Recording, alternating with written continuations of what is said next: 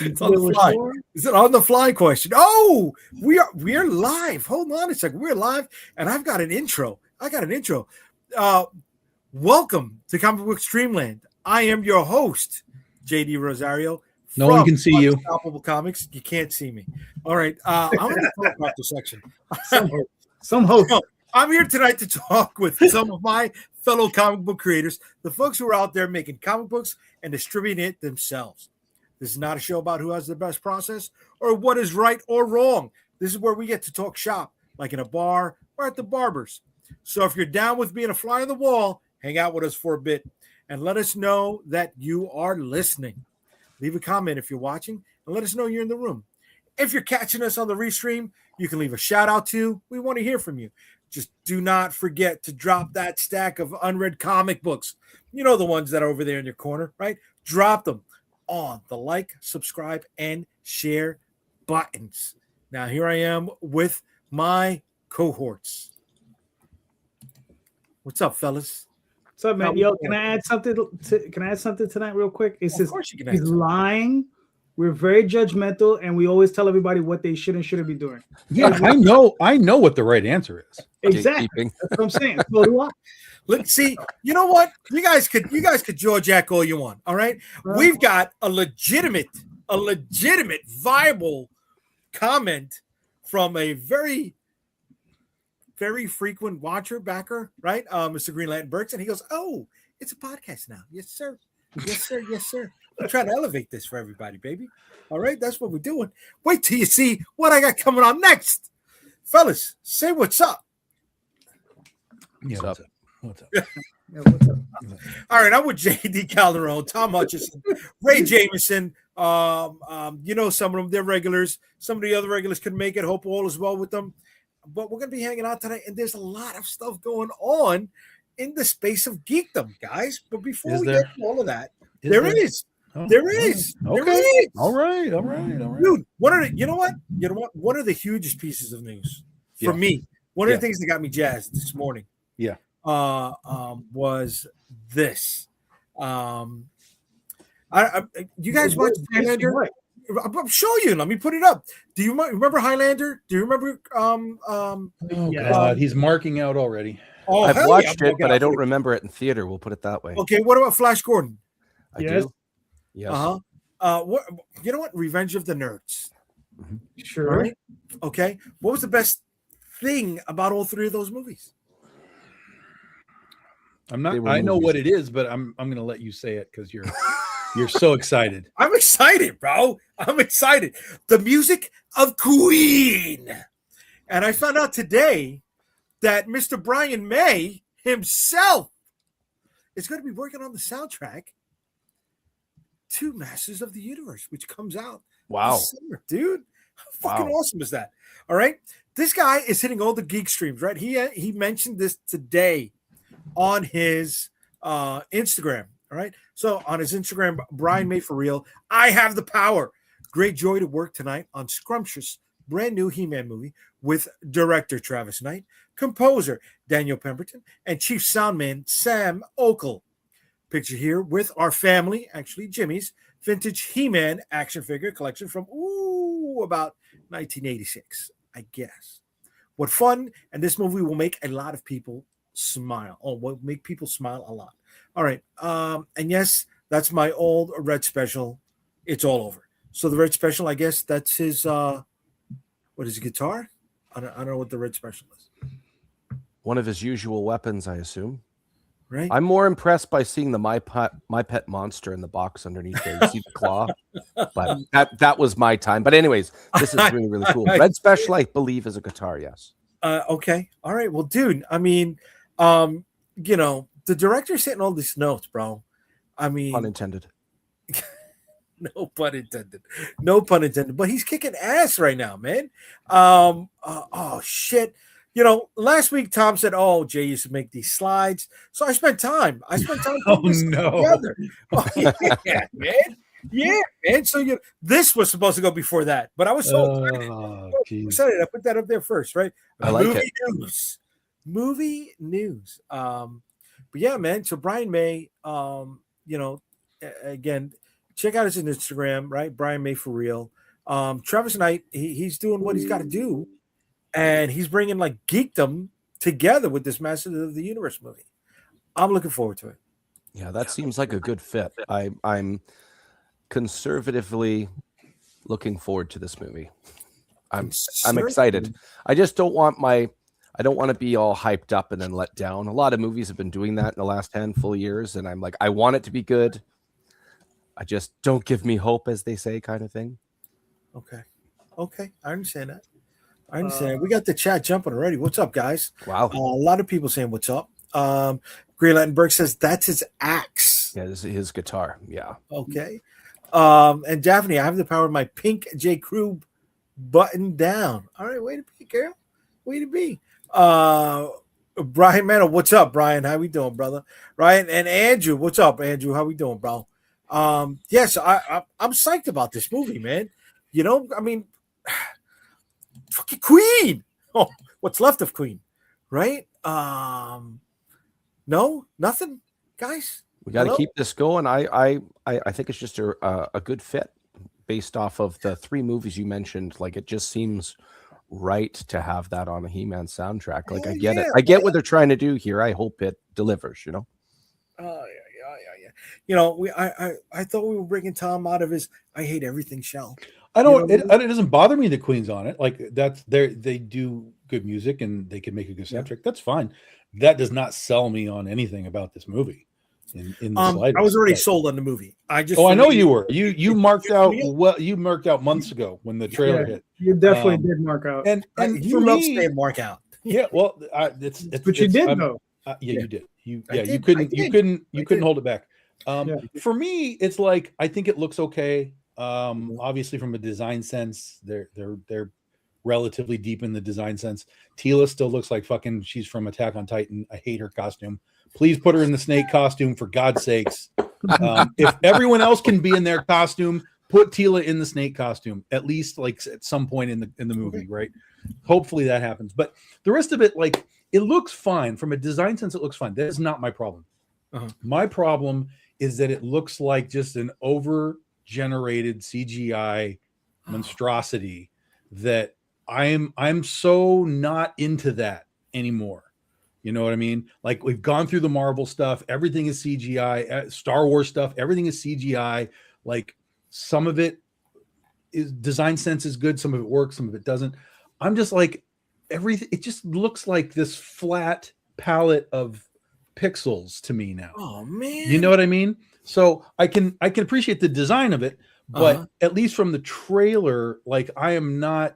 There's no excitement for me about just a 95% CGI movie anymore. Whether it's Master of the Universe, whether it's Star Wars, whether it's anything, I'm just not that CGI guy anymore. Tom, I'd like to add I want to go back to real stuff as much as we can. I want to add to that point because JayDee, I think you said, or Jay, I think you said this on JayDee's last Sunday. I wasn't on, but I was listening. And you just used the phrase "story is everything," and I think that's starting to apply to movies here. Would that be hitting the right notes there, Tom? Like, if it was more practical effects, suddenly the innovation and the creativity the juices have to flow. That I mean, I don't know if the story's good. Story could be great. I mean, I'm judging it on nothing but, like, this is what I saw, and so for me, it's like, again, it's like, okay, it looks right. It looks right. Like, there's no weird, again, except for Tila. It looks right, but it just is clearly this, like, I barely see depth in anything. Like, it's just this wash of pixels, clearly and obviously a wash of pixels. Like, there's nothing that I look at Grayskull and I go, did they build part of that? Like, you know what I mean? Like, it is a wash of CGI.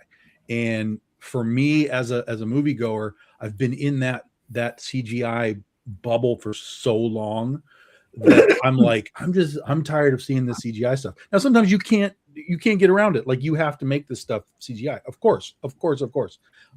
But when it hits the screen, it has to be able to have some sort of tactile sense for me to really kind of bring me into what's going on. Otherwise, I'm just watching a cartoon. It could just be animated. Like, who cares that it's real if it looks like this? So, you know, hopefully by the time we get to the theater, they still have time to work on this thing. They could be tweaking it. They could do different things. And when it's on the screen, you might get a different sense of it all. So again, I'm not crapping on it. I'm not saying, oh, fuck this movie, but I am not in the excitement boat like most of these people.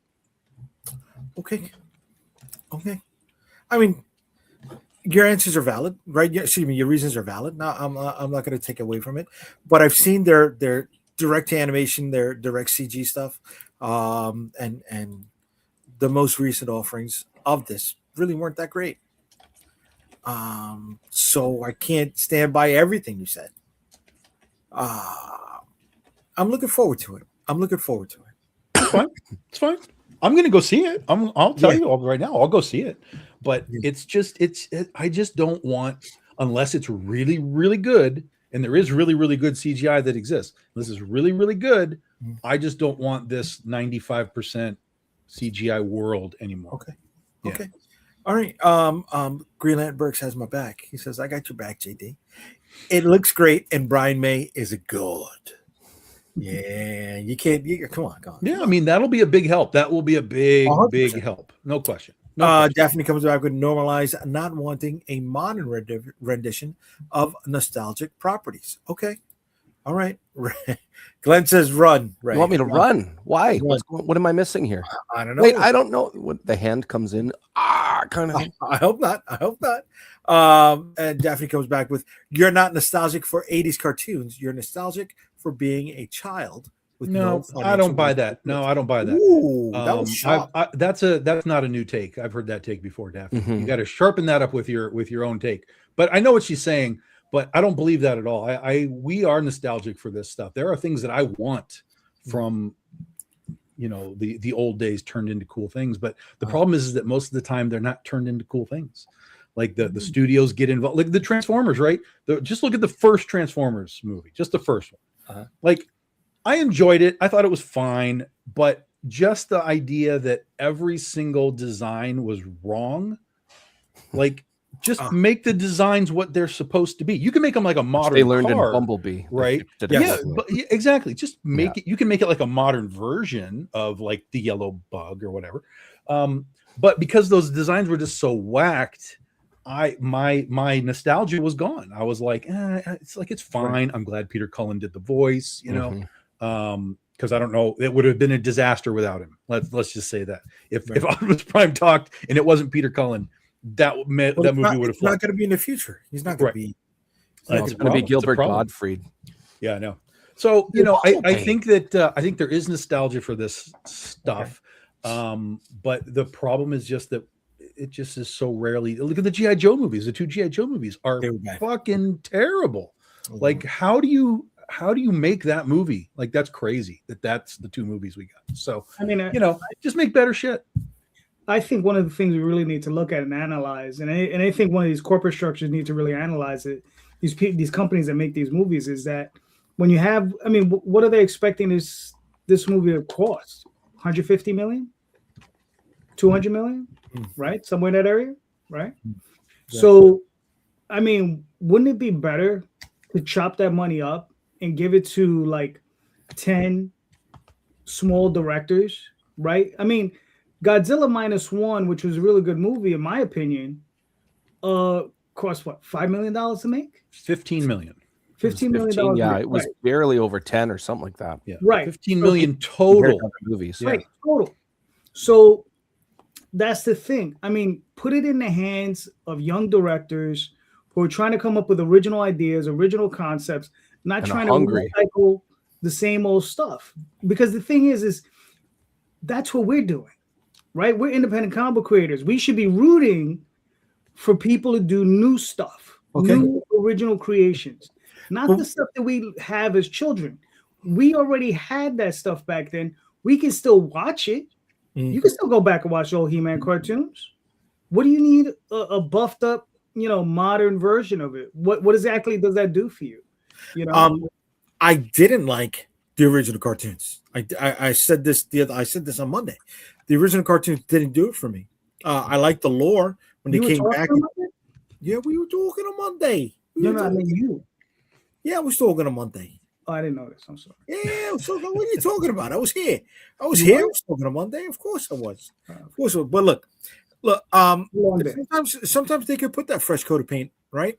I was never a fan of the original Star Trek. I'm sorry. The 60s Star Trek didn't do it for me. And some people saw it as blasphemy. But the J.J. Abrams Star Trek, that worked for me. At least the first two. The first two had the third one isn't J.J. Abrams. Oh, okay. Okay. There we go. But the first two, I was with it. It was exciting. That's because those two movies were Star Wars. They weren't Star Trek. Yeah, but then when he did Star Wars, he shit the bed. No, he didn't. The first he didn't. Good. Yeah, I don't know, dude. Force Awakens. If we want to have a show about this, I will take you all to school. We can do the Force Awakens was a great movie. But regardless, I like it. I like it, but I just don't think it was an original movie. In regards to the callbacks and how many things there were in that movie that were in the original set of movies, if you're referring it like that, sure. Bro, he called back the plot. Yeah, I can understand callbacks. But dude, it was the same fucking plot. George Lucas did that, right? What do you mean he didn't? George Lucas called back himself for Return of the Jedi, and then George Lucas called back himself entirely in the prequel series. That's the entire point of his storytelling device, is that everything happens again. Yeah, that's a storytelling device that he talks about. He uses, yeah. He did that on purpose, and so when JJ came in, JJ did that same type of thing, except that instead of Tatooine, we got Jakku, and instead of the Death Star, we got the the Star Killer thing. But what's great about Force Awakens is that JJ even tells you he knows.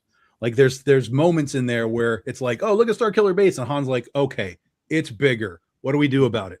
Like there's even those little nods. Like JJ knows. He's like, he knows who's watching. He knows who's paying attention, and he throws that stuff in there. So Force Awakens is a good movie. It's a good Star Wars movie. There's a lot of people that come down on it because of Adam Driver, and I'm like, did you watch the first 6 movies where Luke was a little whiny bitch, and then Anakin was a little whiny bitch, and now you're upset that Anakin is a whiny, or Kylo is a whiny bitch? Like, again, this is the Skywalker family, guys. They're all whiny bitches. The whole lineage, except for the women. Together except for the women. Leia had it together. Galaxy. Padme had it together. But the Skywalker men are fuck ups all the way through.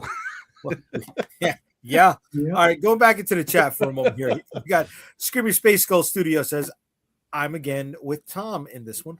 All CGI looks the same. Wow." Even when they build stuff to cover it in post with CGI in post. All right. Yeah. Green Lantern Burke says shots fired, but he goes, yeah, but G.I. Joe and Transformers looked awful from the get-go. G.I. Joe, yeah. Rogue One was the best. Force Awakens promised an entire series that we never got. You can thank Rian Johnson for that. Okay. Sorry, they shit the bed with the Ray. Okay. Ray was not the problem, but I understand why people think that.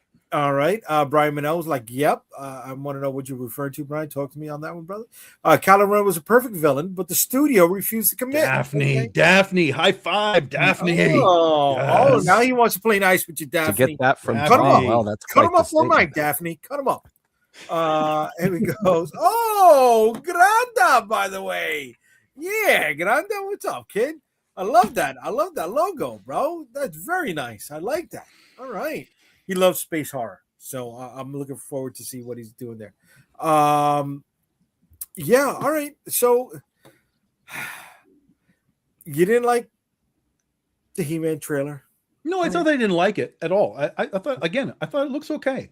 But it's just so much CGI that I'm burned out on those types of things. So I'm hoping that when it gets to the big screen, it grows on me. An interesting point you kind of made there, Tom, when you said you might as well be watching an animated film. Just to expand on that a little bit, animation and the way it's shown and how it's produced and how it looks, because it's risen so high in quality.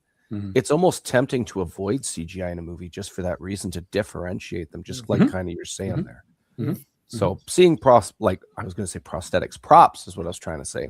Yeah. Seeing the actual things there, it's just something CGI has always not quite reached. Always just a little bit. Yeah. Well, and going back to Force Awakens was filled with prop costume things. You know, there's CGI in it too, but like when they're on Jakku and all the little monsters and stuff are running around, like that's all suits and stuff. They went back to real stuff whenever they could, and so that gave me another sense of like, oh, this is tangible now. You know, the real stuff always doesn't always work though. Right? No, it doesn't. It doesn't. No, I was rewatching Hellboy, the Guillermo del Toro, Ron Perlman one. I am a fan. This is not me knocking the movie. This is just somebody who's seen it quite a few times and is starting to notice the flaws, especially in the real world prosthetics. Right? That it was almost 20 years ago. Things have gotten better. I get that. But you need that merge. You know what I mean? It is possible to mess up the props as well. Right. It's possible to mess both of them up, right? But I don't know. Going back to He-Man for a second, I don't know, where they're going to find any green and yellow tigers in the real world, let alone train them in time for the movie. So you're gonna well, then don't make the movie, Rosario. Then don't make the movie. And green and yellow tigers that talk, right? That talk. I don't know if this was talking. He talked. I mean, listen. Animatronic tiger. It's all absurdist. They should do the damn talking tiger. I mean, it's all absurd. So why not? Right? Yeah, Cringer better talk. Yeah, right. Yeah. Here we go. We got Astro Dandy. What's up? What's up, Astro Dandy? How we doing? You're here. You're acknowledged. We're with you. Thank you for checking us out. Thank you for hanging out. Kylo needed to go full Palpatine with his emo ass. No, well, maybe not full Palpatine, but okay. Daphne knows what's up. She wants Mara Jade. Oh, she's been listening to the Lord. Well, you can thank Ryan Johnson for not having any sort of Mara Jade too. Yeah. What really made Lord of the Rings? That's a great point there. I watch it with my kids now, and watching Lord of the Rings. Oh, okay. The practical effects are amazing. Yeah. One thing that hurts every year that movie ages, one thing that hurts is Gollum's CGI body. It just doesn't look like the rest. I mean, don't get me wrong. I'm not saying it's bad. It's just you can tell more and more as the newer movies come out. That one stands out a little bit like a sore thumb, but that's a mild critique. I do love that series. But yeah, I'm with you. He did stick out like a sore thumb. Great, it was beautiful, but look at the money they had behind it. Mm-hmm. Right? It was invested in all three, and I'm sure they did the whole thing with that they did with Superman. Where they were filming scenes from the third movie and the second movie alongside the first movie. Production values maintained throughout the entire series, which was awesome. It finished well. Brian is watching the trailer now. Here we go. David, I missed the days of FX artists like Rick Baker and Kevin Yeager. All right, brother. Evo, Kylo, and Hux argued like they were married. But then again, that explains all the fanfics. Oh, wow. We all needed Mara, but we'll never get her. I know. Even when they brag about practical effects, they just use that to deceive people, like in Stranger Things. Vecna was sold as a practical suit. It wasn't. Yeah, it was. Well, it was in season 4. Part of season 5, it definitely was not. Season 5, it was all CGI, but in season 4, there was the suit, but they got rid of it. And sometimes you got to protect the actor inside of it, right? Well, it was completely redesigned for part 5. Where he was like Roots. I mean, he was just like this. Well, it made sense because he took a shotgun to the chest, and then he had this armor. That was their justification for prettying him up, for lack of better wording. Mm-hmm. Okay. They say that Rocky on Project Hail Mary is a practical puppet. Watch him covered with CG on the movie. Rocky Project Hail Mary. I'm not familiar with that, brother. That's the Ryan Gosling movie that's coming out. Oh, the Star Wars one that he's doing. No, that's Starfighter. This is called Project Hail Mary, and it's coming out this year. Oh, okay. Mm-hmm. I'm not familiar with it. I'll check it out. I'll check. See, yeah, it's sort of an end of the world movie where it's kind of like Interstellar, where something's bad on the planet and they have to go into space to solve the problem or whatever. It's so Sunshine sort of like combined with ET, basically. Okay. All right. Yeah, it looks genuinely kind of cool. So, all right, I'll check it out. I'll look for the trailer. No, you won't. By the way, watch that movie. The story is great. Okay. But what doesn't look dated viewing now? Sometimes an old movie is an old movie. No dissecting. Okay. Well, we also exist in a world where we're trained to look for the problems rather than we're just seeing it, we're just enjoying it, and we're moving on. But nowadays we're like, look, that composite didn't fit perfectly with the thing in the background or whatever. Like our brains are being trained to look for the problems rather than the entertainment. Okay. Is that what Lorraine's talking about here? If the entire costume C dramas, I don't know, can do good effects, then us has no excuse. That's the US. It's all variable. I mean, like we talk about Star Trek, right? If you go back to Star Trek, the J.J. Abrams, that's amazing. There's very little flaws in the CGI for that. Even though, like when the driller thing hits the water and it's splashing, like, fuck, that looks amazing. Like that's really good. So there is good CGI. There's no question of CGI, but every now and then you just catch a weird composite and it doesn't quite land. This one hurts. This one hurts me. This next comment from Brian hurts me. Just watch the He-Man trailer, 3 out of 10. The CG could be okay if they make the movie feel cartoony, but it feels like they're trying to ground it while also doing too much with the action. I like Brian so much. I don't know. Maybe it'd be good. I hope it's good. You know, we all hope it's good. I let you off for the bet, Brian. I let you off for the bet, bud. All right. You could have at least given me a 6 out of 10. A 3 out of 10 means, you know what? It's not a great trailer. Just even in general, it's not a great trailer. It's just shit's flying around and flying around and flying around. Again, the visuals are good, but it's not a great trailer. There's another dynamic. My concern with the trailer. I'm really worried that he's going to be on Earth for like 3/4 of the movie, and there's going to be like a 10-minute fight scene with him in his loincloth. You're not wrong with that fear, but I don't think that's going to to be the case. I think you're probably going to get about 20 or 30 minutes, and then you're going to have Eternia the rest of the way. Okay. That's my sense of it. But I hope so. Yeah, I do too. Really hope so. Too. Listen, I don't care where they set it, because obviously we're going to get both. Just give me a damn good movie. Because you know what? There's been no good movies right now at all. Yeah, but the original Masters Universe went to Earth, and it was garbage. You don't want them on Earth. It's like Tron. We want to go to the grid. Right. Stop bringing the grid to us. That was half the problem with Ares. That shit was not the main problem. It's Jared Leto. He's in all of these. The Tron Ares. There's Skeletor. Yeah, but Jared was not the problem with Tron. Right. Yeah. He was not the problem with Tron. Yeah. He wasn't a bonus or a plus, but he wasn't the problem with Tron. And Frank Langella was incredible. He was. He was. He plus played the thing with plus the thing with Leto, really, also remember, guys, that's just going to be a voice. It's completely CGI Skeletor or whatever. He wasn't on set. It's just going to be a matter of what voice are they giving it to him. And that's all. Give me something good. Can we talk about the awesome non-CGI that was Skeletor in 1987's He-Man with Dolph Lundgren? Right. Because that was Langella. He was amazing. He was amazing. Yes. I had mind laugh. I'm drunk on Timbits and Tim Hortons. Sorry, guys. I lost the ball. What are they called? Well, you know what donut holes are? Yeah. In Canada, we call them Timbits. It's just donut holes. That's all. I apologize. But yes, Mr. Franklin there, that was really good effects. Yeah. Did you say it's a fucking donut hole? That's what the British call them, donut holes. But it's not a hole. Hole isn't a donut. Plug. It's a donut plug. Donut plug. Donut plug. I'd accept that. That's an acceptable answer. It's not a hole. I'm pretty sure you eat enough of them. Will plug up a lot. Oh, listen, with the way I'm flowing today, I need a plug. You know what I'm saying, baby? All right, somebody open up the fire hose today. Well, donuts are absorbent, as they say. Yeah, you need a binder.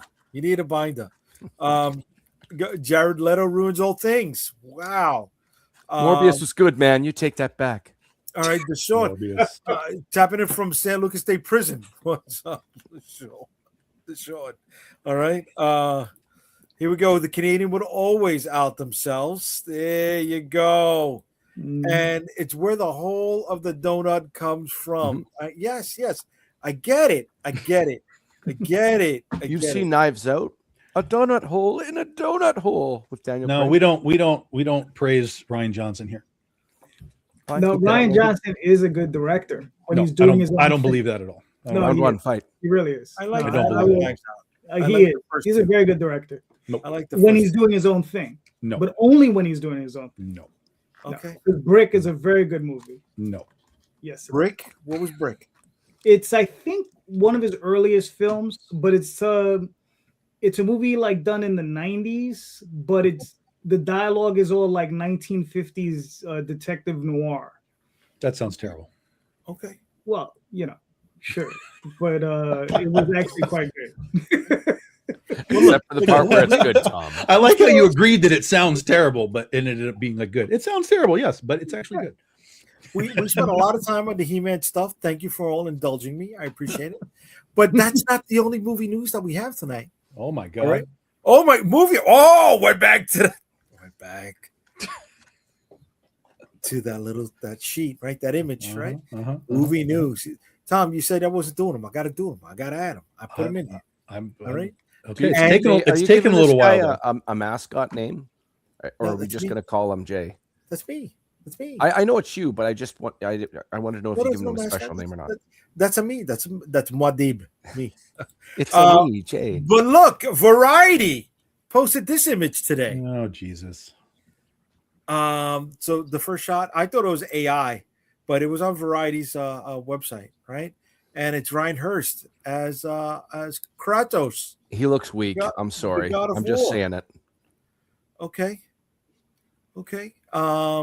I guess they're taking inspiration from the second series, not the first one, right? So he's going after Norse mythology, not the Greek mythology of the first one, right? But it's the same guy.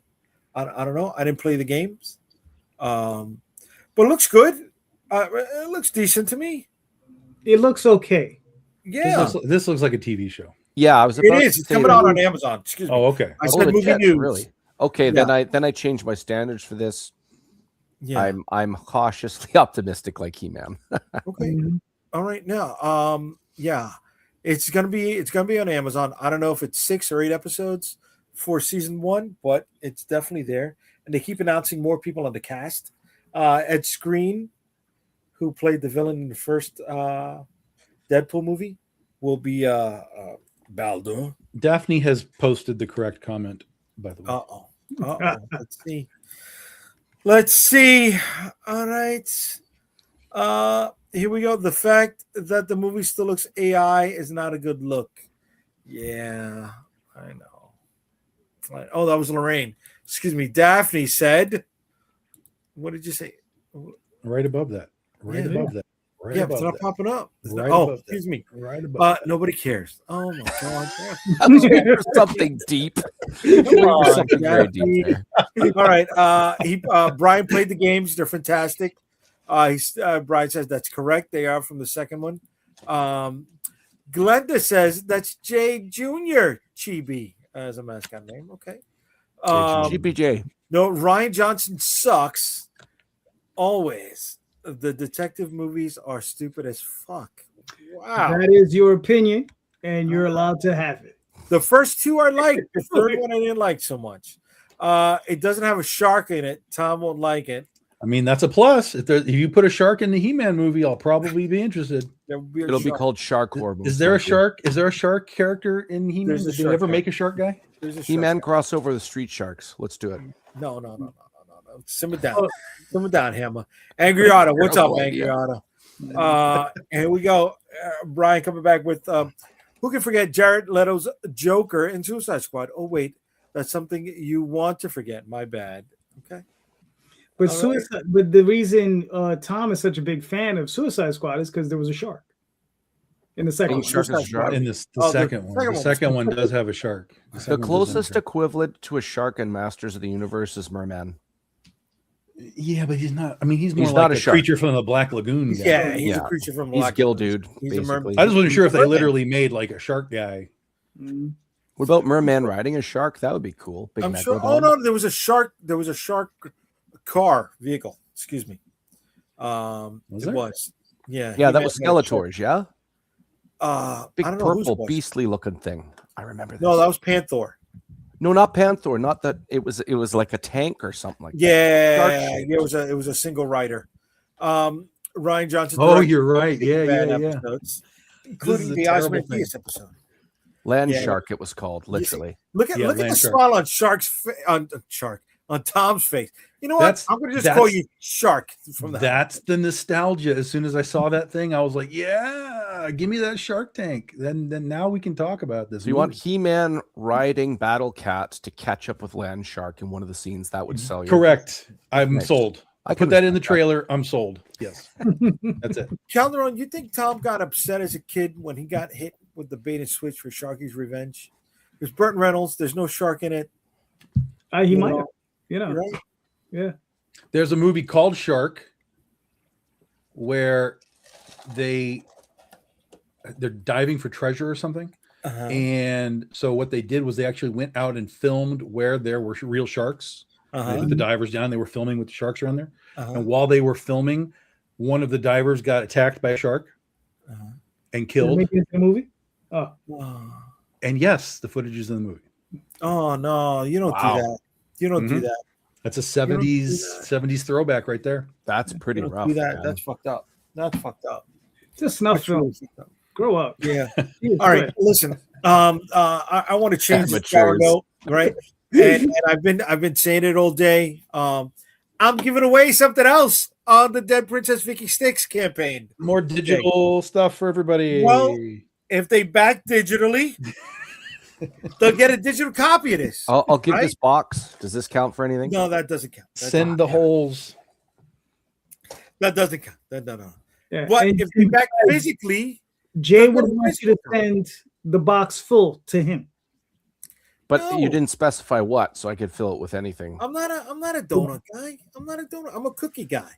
We've got cookies at Tim Hortons. I could fill up Tim Hortons cookies. Are they real chocolate? Yeah, you're Canada. Peanut butter cups in the cookie. Mini ones. I gotta go. I gotta go to Timmy's. Anyways, can I finish the pitch? Let me finish the pitch. Okay. If you backed physically, you'll get a behind you. What? What is that behind you? What's behind? Galactus? Oh, that's Galactus. You're right. Yeah, Galactus doesn't go anywhere. I don't want to hear it. I was just making sure. Listen. Is that Silver Surfer? Ain't gonna happen. Happen. All right. What's not gonna happen? Listen, I know where you're going. Where am I going? Down that road. I'm not following down that road. Can I finish the fucking pitch? Go ahead. The fucking pitch. You're waiting for you. We're 30 minutes in. Okay, I've had 99 backers. 37 minutes in, but go ahead. 37 minutes in. I swear to God, I'm gonna piss on your door.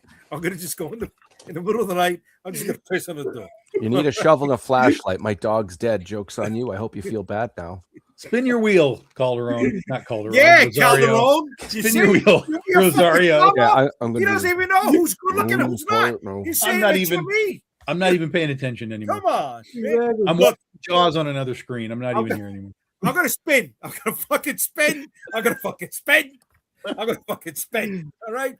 If you're digital, you get the book as a digital. I'm gonna watch Force Awakens. You're gonna get the physical. Don't leave me now. I'm gonna pull it up. All right. Here's the goddamn wheel. You guys are fucking with a good thing, damn it. Gotta reward my fucking backers here. You know it's a digital backer. I don't know it's a digital backer. No, we know it's a digital backer. Here we go. Do you know how hard Jay is going to celebrate if it's not a digital backer now?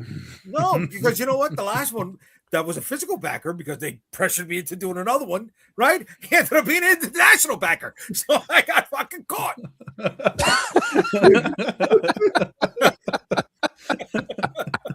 But he will still get the physical back, so don't worry about it. All right, we got 99. We're going to spin it, baby. All right. 99, that's pretty good, man. We had 4 winners last week. Today's winner is number one again. No, not number 1. Number 3. 3. See, way off. Number 3.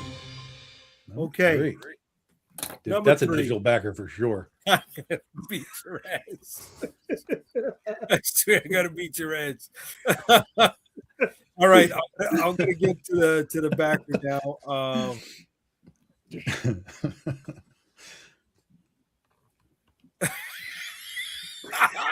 And it is not a digital backer.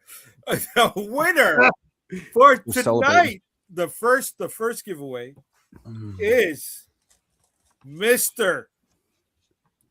I keep in the wrong fucking mind tonight. You guys are messing me all up. I'm celebrating by having a donut hole in your honor. Celebrate. Because today's winner, well, the first winner of tonight, is backer number 3, Mr. Marvin Wynn. He's a physical backer. So what? Marvin only gets digitals from me. And the thing is that sounds like a setup right there. I'm sorry. It's not collusion. He's not here tonight. If he was here, that's a different story. Marvin is your boy, bro. So it sounds very sus. That's all I'm saying. What? Listen, he never bought this. I can tell you he never bought this. All right. And guess what? He's going to get it for sus what? Sus nothing. I did this randomly. You know what? Are we using Gen Alpha slang now? I don't know. Apparently, he's trying to retain some legit. And then Daphne wins, and like it's just everybody that you know. Well, Daphne never backed me.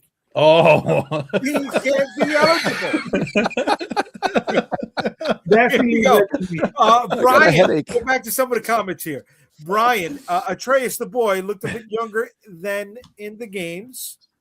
But maybe that's just me. Kratos looks a bit thin, but not too bad. Okay. Well, the thing about Atreus is if this goes multiple seasons, that kid's going to grow fast. They're probably going to start on the young side of that to compensate, if that makes sense. Gotcha. Okay. Lorraine says shark head. Ryan says, I wonder if it's the lighting in the image that could be an issue. The color grading feels too clean, and the image is nicely lit. All right. And it doesn't feel very natural, that's for sure. This is the Kratos image. Yeah. Oh, here we go. I will fight you in the glass onion. Benoit Blanc, striped bathing suit. Yes, that was funny. Let me guess. Tiger sharks are not to be toyed with. Tiger sharks. The cartoon was shitty. I like the theme. No, you didn't. That's a terrible theme. Stop it. It's the worst of all of the themes, dude. It was a whole water planet, and they were. I know what it is. I said the theme. The theme song is terrible. Oh, the theme song. Oh, yeah. No. The theme song was garbage. Yeah. Look, excuse me. Let me rephrase my statement. The concept of there you go. Concept of the series. All right. Did Jay just say no, I'm not getting spayed. I'm not getting spayed or neutered. That ain't happening. All right. Or neutered. JD's gonna open the box and it's gonna be Jared Leto in it. There you go. Did this turn into Timo? There's no Timo. There's no Timo, no Canadian Temu. We got donut, Timbits, and spinners. It's Canadian Temu. Green Lantern Berg says he's always one off. I got a hockey stick somewhere. You're number one in my heart, Green Lantern Bergs. Here we go. I mean, Tiger Sharks, the actual live. I have a goalie stick downstairs. Nice. Yeah. Okay. All right. Listen, at least it's not a cricket bat. Right? Signed by the first woman to ever play in the NHL. Oh, very cool. I'm believing you. Cool. I can show it to you. It's down there. He said he's believing you. There's no fight. I can even tell you the name. Was she a Blackhawk? A Blackhawk? Oh no. You're no. I'm thinking you're not Chicago. You're she played for Michigan. Bay. She played for the Lightning just preseason, but she played in the Lightning for the Lightning. Yeah. Touche. Yeah. One of my buddies who's on chat tonight, David Flynn. He played the league before professional NHL. What was that? I don't want to call it. I don't want to use like basically the feeder system, like the AAA system stuff. Yeah, AAA. Yeah. He played with. They have a name for it. I don't remember what it was. Right, the Phantoms. I think it was the Chicago feeder team, AAA team. But anyways, that's hockey. That's all I got. I went to a couple Rangers games. My sister's an Islanders fan. Can't talk too much sports because then Calderon he'll just here. Watch this. What's what? Binder of cards. Uh-huh. Oh, wait for it. That's right there. Well, I was waiting for a Tim Horton sponsor or Tim Horton himself, which is what the store's name off of. He was a Maple Leaf, but he was. Okay. Yeah, show me that one again, Tom. I got sidetracked there. I apologize. What's your name? Menon Rayum. Oh, yeah, there she is. Very cool, man. That was in the 90s. Canadian? Did that? Is that right? Say again? Was it in the 80s or 90s? 90s. 90s. Yeah, I remember that. Not that I was in elementary school. I remember that was a big talk at the time. You know, she was part of the Canadian hockey team, you know, Olympics, all that kind of stuff. Yeah. Yeah. All right, here we go. James Byrne, Angry Brain Artworks says AAA hockey has to be filled with tough guys. Yeah. Bam. Signature. Oh yeah. Very nice. Calderon loves signatures. Oh, and look, this will key into you guys. Remember we talked about those cards that you have, those deathmate cards? Hmm. That's her deathmate card. Oh, very cool. That's cool. Yeah, I pop for that. That's cool. Is she from Quebec? I don't know where the hell she's from. Avec, Quebec? Quebec. I'm sorry, I said it wrong. No, it's QU.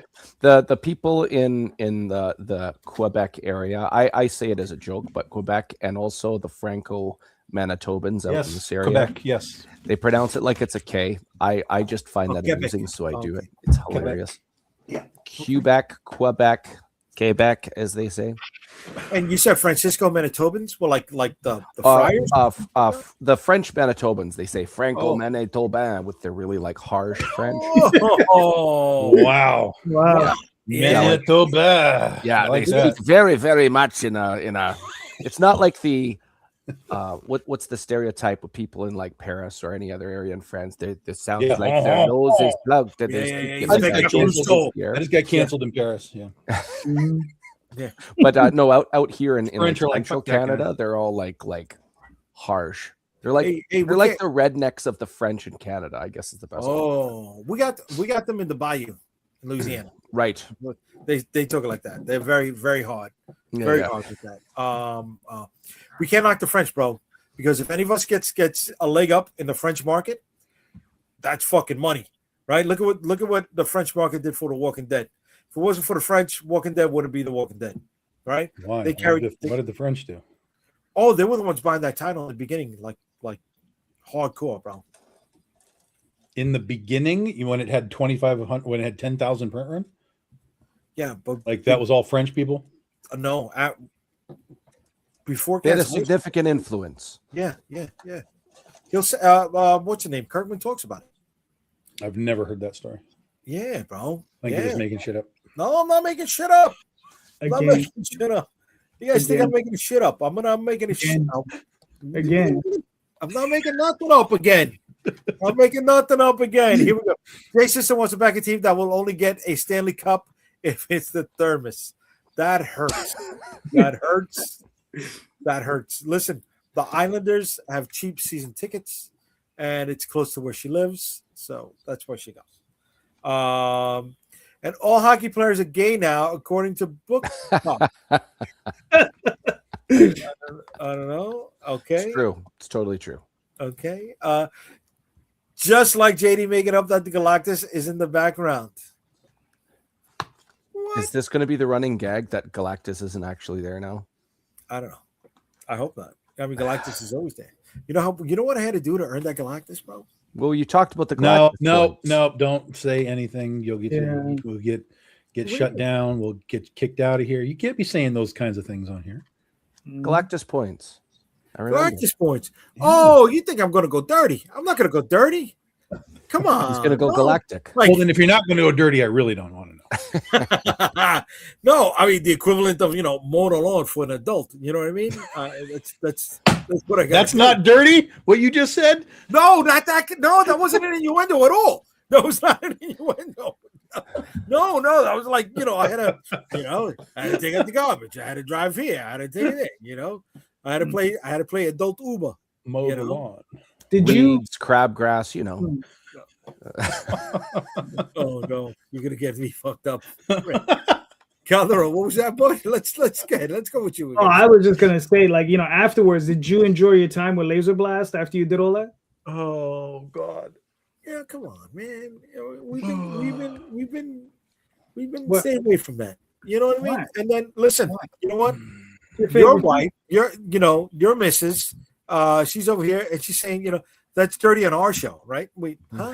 I thought you meant keep the dirty on your show, right? We're not trying to impose on your on your stick. You get the dirty. If you're looking to change topic, I have a really bad joke. It's a good No, one. no, I mean, no, it's clean, but it's just a bad joke. Hold on. A dirty story makes the Galactics so much more valuable. Yes. How many Canadians does it take to screw in a light bulb? No. It takes 99 plus 1, whatever that is. That's the Canadian joke there. Damn. That was actually half decent. I like that one. I'm going to end with that. No, that's the joke. And we're done. I'm not making fun of Canadians. I want to go. No, I am. We're good. I want to go back to the country. You got a Canadian card tonight, Jay. Thank you, brother. Thank you. I want to make sure I get let in. I was rooting for them in the Olympics. So I mean, I'm telling you, Wendy in Capel Valley with Vicky Sticks, full circle here in the province of Saskatchewan, Canada. I love that callback in your characters for that book. Buddy. Now, I've heard it pronounced Saskatchewan. Is that okay? So that's actually a joke from Grown Ups. What's the one where Adam Sandler Grown Ups? Is it Grown Ups? The Grown first Ups. one. So in Saskatchewan, there is a city called Saskatoon, but people have a running gag from Grown Ups where they just combine the two names, Saskatchewan. Oh, okay. So they're fucking with it. All right. Yeah. Okay. Yeah. Okay. You got to watch Grown Ups. Grown Ups. It's pretty I good. remember watching Grown The Ups. first one only. The second one is garbage. You mean where they jump off the thing in Pennsylvania, the rocks? You got to see, Stone Cold, and That's the second one. That is a shit movie. The first one is fantastic. Somehow they're making a third one. I don't know how that's happening, but yeah, yeah, because the kid passed away. That's right. Yeah. Yeah, man. Who passed away? One of the sons, one of Adam Sandler's sons. Yeah. That's nuts. Yeah, the kid that was like, "Hey, Dad, what's on the back end of this TV? Why is it so big?" That guy. Oh wow, I didn't know that. Yeah, he I think it was asthma, something like that. He had an attack and he passed away. He had a condition. Yeah. Never stay away from laser blast. Laser blast. No, Green Lantern Burks. Laser blast is not the way. Ronkonkoma. Yes, that's out here in Long Island. Ronkonkoma. We all need to start going to cons and getting laser blast sketches from artists. They'll be like, "What the fuck are you talking about?" I think the three of us, just for Jay's show, we should get like a high caliber artist, pool our resources, get him to sketch something from Laser Blast. If people start coming to me in conventions and leaving Laser Blast sketches, I'm coming after all of you. Calderon, I already know where you live, so that's why he's being quiet. He's being nice, right? I got no problem going to Canada. Bro. Yeah, I think you do. I think you do have problems coming to Canada because this is what the Russians did to the Germans in the Second World War. They just pulled back and the Germans froze themselves out. I would do the same with you. He's leaving. No. Well, see, with Tom, I know how to find Tom. I just go to Michigan. I'd be like, "Who owns this lake?" Right? There's only a certain amount of lakes. There's only a certain amount of lakes. Trust me, there's way more lakes than you could ever imagine in this freaking state. I don't know, kid. I don't know. Once I get to the city owns the lake, state owns the lake. No. I need private owners. Private owners only. Right? Unofficial. They'll get media, buddy. If it was a private ownership, I'd be kicking them off the ice because they're out there ice fishing still. You're ice fishing. Although it's about to melt, so they'll be packing up here pretty. You got a dock on the back of the house, or you got to walk? Not with the ice. No, you take it out because the ice will just crush the. Oh, hold on a second. So you do have a dock? Sure. You're on a lake. You have a dock, of course. Motherfucker. Throwing that shit How was that brain surgery? Like, what? So what do you got? Like a canoe, or you got a boat? You got like a Boston whaler? What do you got? Oh no, it's too small for like. Well, no, they do put boats on it because you can water ski, but it's not very big. It's not a big. So what do you need a dock for? What do you go fishing off the back? You can, yeah, absolutely. You seed it with little baby sharks because there's no like beach or anything. It's just like what do you call it? Like marshland, reeds. No, like the wall. The sea. It's like a seawall. It's a ridge. There. It's like a seawall, and then you go down. There's a dock. I mean, you can go and stand in the water, and there's like beach there, like sand. You'll be in the water. So you put a dock out so that you're out on the water without being in the water. And yes, you can fish off of that. Yeah, for sure. Here we go. Green Lantern Burks. I went to a con last week and they had a Blu-ray copy of Laser Blast with a $25 tag on it. I thought it sounded fair until I realized They weren't paying me $25. That's right, baby. Yeah, you can, just a heads up, you can get that for about $10 to $15. Don't go crazy. Mm-hmm. But it's there now. It depends on the version. There are some versions of it that are a little more scarce. There's the Japanese version and so on. So there is that possibility. I'm going to put the poster for Laser Blast on a wall in the background of one of the pages for New York versus the World. Yes, he will be working on one of the issues for New York versus the World coming up. And if you do, bro, I'm going to hide an old theater or an old rental store. Laser Blast poster. Baby Shark, Baby Shark. There you go. All right. Did I do that right? Was I on key? Melody? Yes. No. Thank you. No. See, you see, the father in the group said yes. I'm going to lean with him. Okay. Ray just lies. Ray I'm doesn't not lying. lie. I'm sitting, man. Let's get this right. Come on. He's not lying. While he's sitting, he's untruthing. He's very. He's untruthable. Untruthable. I like that. I like that a lot. Here you go. You sound good. Not. Yeah.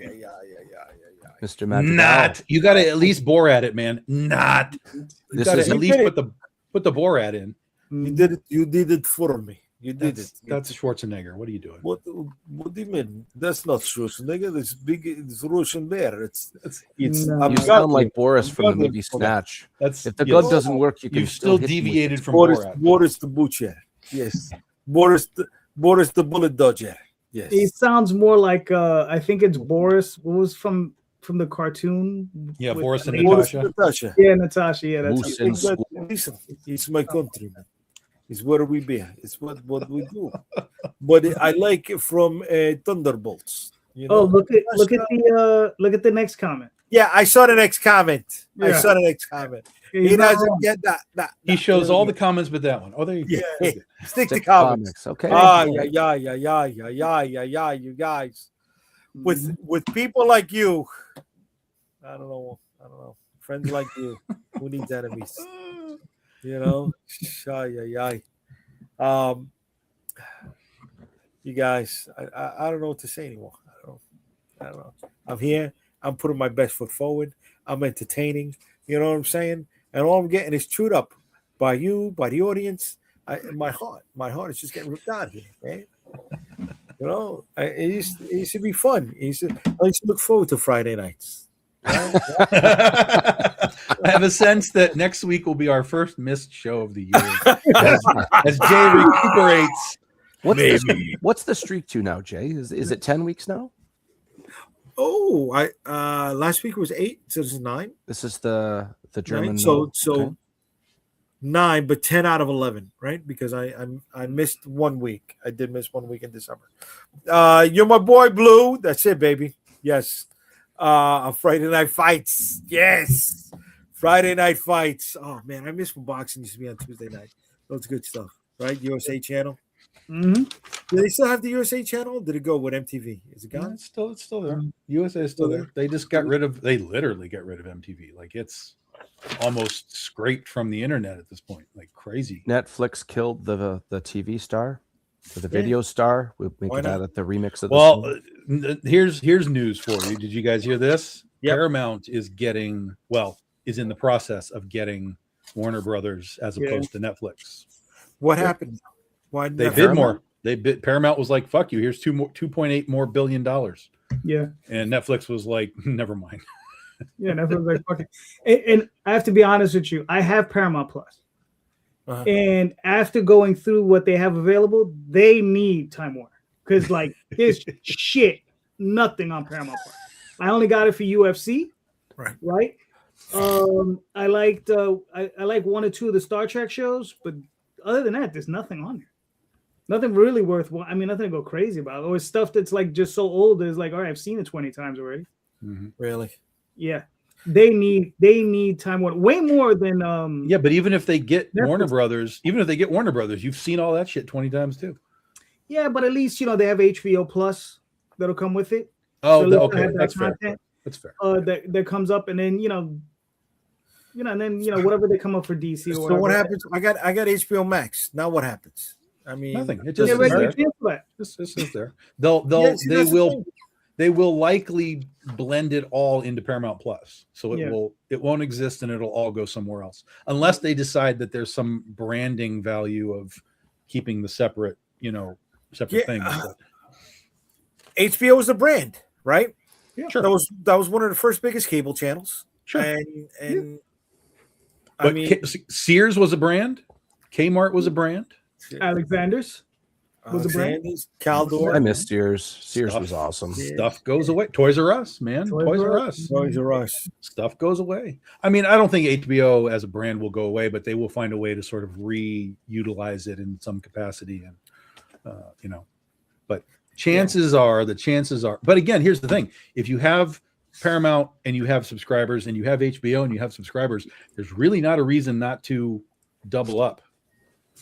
You know what I mean? Now, if their thought process is we combine it and all the HBO people come over, then they're still making that same money. But if there's a reason to keep them separate from a branding standpoint or just a value standpoint, they will do that. But that'll be, that's down the line.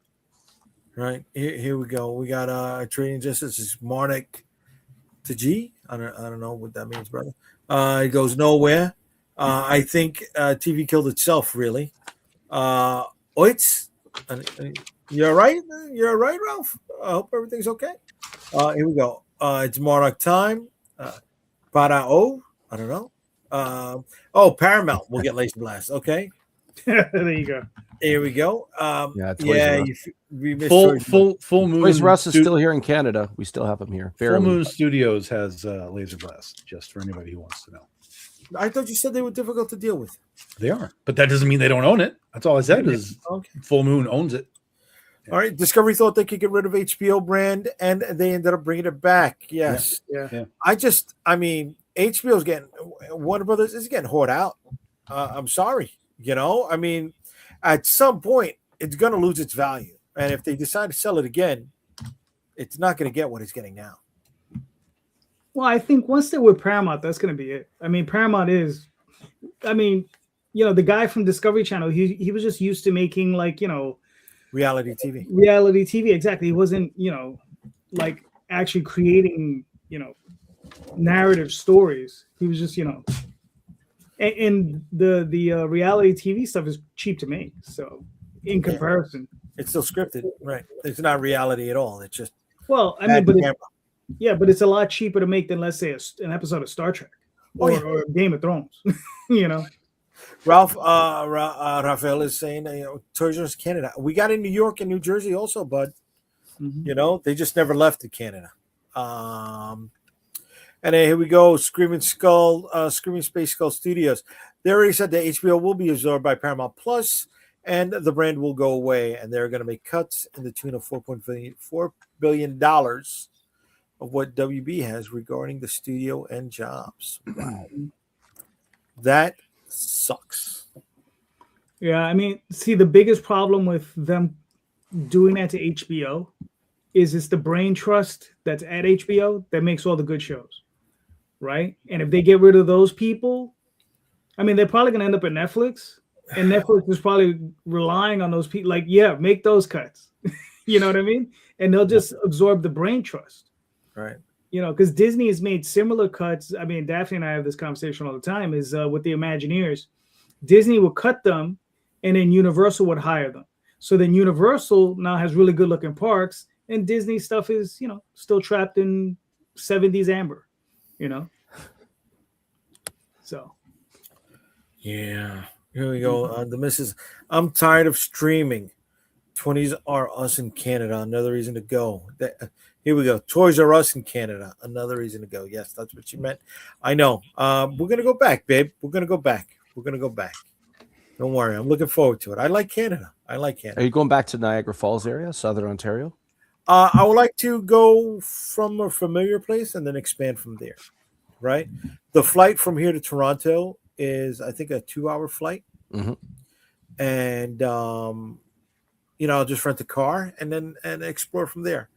Right. I think it's easier than renting a car in Buffalo and then going over. That makes sense. I'm already there. But I'm looking forward to it. I want to check it out. There's a few places in the Toronto area that I wanted to check out. Wayne Gretzky has, his own restaurant, beer garden over there. There is a Victorian village that my wife wants to check out that was close to that area. Mm-hmm. And there was something else. Oh, the Toys R Us is not far from there. Wayne Gretzky's hometown isn't too far from Toronto. It's called Brantford. Okay. That's where I went to high school in Brantford. It's a nice little area. Oh, nice. Okay, Yeah, so why'd you little area? So why'd you move to where you're at now? Work. 2006, there was a big recession, all of North America, really. And opportunity went out west, and so did I. Recession? When did that happen? I don't remember that. Yeah. Here we go. Greenland Burks. It's bothering me hearing the different perspective on this WB deal. I watched Ben Dunn's breakdown this morning, and I feel like he's in a different reality than I am on the whole thing. Okay? I don't know what his take was, brother. I got to look it up before I speak on it. I've been to Toronto, Ontario, and Quebec. That clearly says Toronto. Toronto. That's what we're now, just like how I call it Quebec. It's now there. You go. Toronto. Gretzky is still alive. Yes. Kicking. He was there for the big Canada loss at the Olympics there, I believe. Oh, really? Both of them. But. I'm not getting up at 3 a.m. Gambling commercials now. He does? Yes. Yeah, he's in gambling. That's right. He does gambling for the MGM. Okay. Good for him. Good. And then he goes on and he's like, he's playing blackjack, and they give him 2 nines, and this is his big line. Ready? I never split nines. Nobody knows what that means. Yeah, I know what it means. That's You can split the cards. Yeah, I get that. Yeah, I don't but it's gamble. terrible. I get that one. It is terrible. Yeah, so you're correct. That's correct. That's bad. I'm sorry, guys. Oh my God. never split nines. Okay. Well, then you're playing blackjack wrong, Gretzky. Yeah. That's all that is. Well, listen. We've already went another 30 minutes. Oh, he has to Temu spin again. I got a Temu spin it, baby. Come on, man. Listen, my backers are happy to get extra, and then got to spend extra money. Do it. Okay. So here We're we go. We're Here waiting. we go. The second winner of the night It's number 77. is gonna be Number 99, 88, and 77. All right, here we go. Wait, you know what? Did I get any new backers yet? No. No. Take my heart out there, buddy. I appreciate it. All right, here we Middle go. of the campaign. The answer is no. All right, here we go. And the winner is Number 3. number 19. Well, that's not interesting. Number 19. All right. The way that clicks when the wheel turns, I almost feel compelled to do a slow golf clap. Is that going to be Ray? Ray, are you 19? Yeah. We'll find out. Hold on, wait. International shipping for you, Rosario. What? We'll do a shipping I swap. just invited somebody right now. Here we go. All right. I'll send you this. You send me what I've rightfully earned. All right. Ray, by this point, they should be paying you to eat those donuts. Mm-hmm. Number 19, Anthony Arroyo. Here we go. Anthony Arroyo. That is a physical pledge. Number 19. Way to be. That. He's a big pledger. Mm-hmm. He's a big pleasure. Okay, number 19. Way to go, Mr. Arroyo. All right. Okay. So that's 2 winners. We got one more to announce before the show is up. All right. You see, I'm having fun, guys. I want to say thank you to the people that are buying my books, right? And I'm giving a little boost. The economy is always in a downturn. It wasn't just in 2006. And they're spending their hard-earned money on me. So I just want to say thank you. Thank you and thank you. Right? And here we go. Lorraine saying spin $6 for Jay. All right. Spin 6. It's okay. We're spinning 6. What else do I have set up in the backside? No. Okay. That's nothing for right now. Okay. No more movie news. No. But we got comic news. Oh, geez. I'm liking GBJ. I'm liking yeah, Ray. I'm with liking that, him. baby. we got comic news. And the comic news is that this better be legitimate. Or at least interesting. Yeah. Well, that's what I mean by legitimate. it's like that's a minimum. Just make it interesting. Go, Go, hang it up. That's just the title. Go. That's all I got. Really? This is going to be something like, Masters Universe comics now. Mm-hmm. Yay. No. Based off the movie, based off the cartoon. Let's talk about G.I. Joe again. Can I say what I'm going to say? Okay. Will we ever stop at you? Yeah, you're stopping me. Well, you can chime in. You're like, I'm ready for you to do the Muppet thing. That's from Guardians, remember? We're clearly more like the judges than we are Phenomenon. This is true. Although it's Statler, yes. Yeah.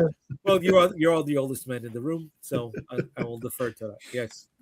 Yes, me and Ray are the young ones. Okay, comic book news. Here it comes. Comic book news, and it ties into the question of the night, right? Is do you need merchandise to sell books? And found out on a podcast today that the average Marvel comic costs about $15,000 to $18,000 to produce. That's just production costs, not the printing costs. Mm-hmm. Right, and a lot of them today are not making their money back because Marvel is not hitting the way it used to. So, since they are, I guess, for lack of a better phrase, the loss leader, right? Because the books are used to promote all the other merchandise, the movies, the brand. With us, it's the other way around. We sell the paper products. So, do we need merchandise to sell our comic books? No. I'll go first. I'm going to say no, and the reason that the bigger companies do, you brought up Marvel. I'll stick to the Marvel theme. You look at that terrible adaptation of Old Man Logan, which was just called a Logan. I'm not saying the movie is bad. I just think it wasn't drawn from that like they claimed it was. By the end of it, Logan's body is just completely exhausted. And how do you rebreathe life into that? All the power to Marvel. I mean, they've been going for so long, but at a certain point, how do you retain fans and bring in new ones? You come into this weird crossroads where you either have to pull a Frank Miller and make it darker and grittier so older people are going to like it, and then do like spin-off brands and stuff. But it just seems like it's very exhausted and it's too saturated, I guess is the best way to put it. And that's why they need things like merch to offset accordingly. Yeah, to hold off a second for the just to refute a little bit with the Frank Miller thing in Daredevil, right? So that's what you're talking about, a little bit darker or whatever. I'm talking more with the Dark Knight Returns. Like, I mean, that older people DC. Are buying in, right? Right. That would be DC. Yes, right? you are correct. Marvel. That's why good point. You were talking Marvel. You know, I'm thinking Daredevil. Yes. But in the context of what we're talking about, if we're talking about that era, you got to remember from where Frank Miller was coming from, because a lot of those comics were not that. A lot of those comics were more brightly colored, more superheroic, that sort of thing. Whereas when he started doing Daredevil, it was more noir, it was a little bit darker. So it was very different. He was one of the first to going down that trend. Yes. Now, to your point, though, is what I think Marvel has to do is do something different. Yes. You know what I'm saying? Instead of just doing the same old, right? Yes. That's what Frank Miller did. He just did something different. You understand? He broke from a lot of what Jim Shooter with a lot of his mandates he broke from, you know, and he was just doing his own thing. And Jim allowed him to do it because he was just like, well, you know, we got something, this guy's doing it, so let him do it. I don't think he was just doing his own thing. I think he was a boy from Connecticut who was overwhelmed by what he saw when he would take the train down to New York. And from Vermont. Vermont? Okay. I thought it was Connecticut.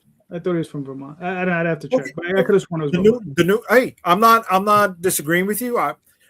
I'm not trying to challenge the statement. I just he was not used to what he saw when he was coming to New York City in the 80s, right?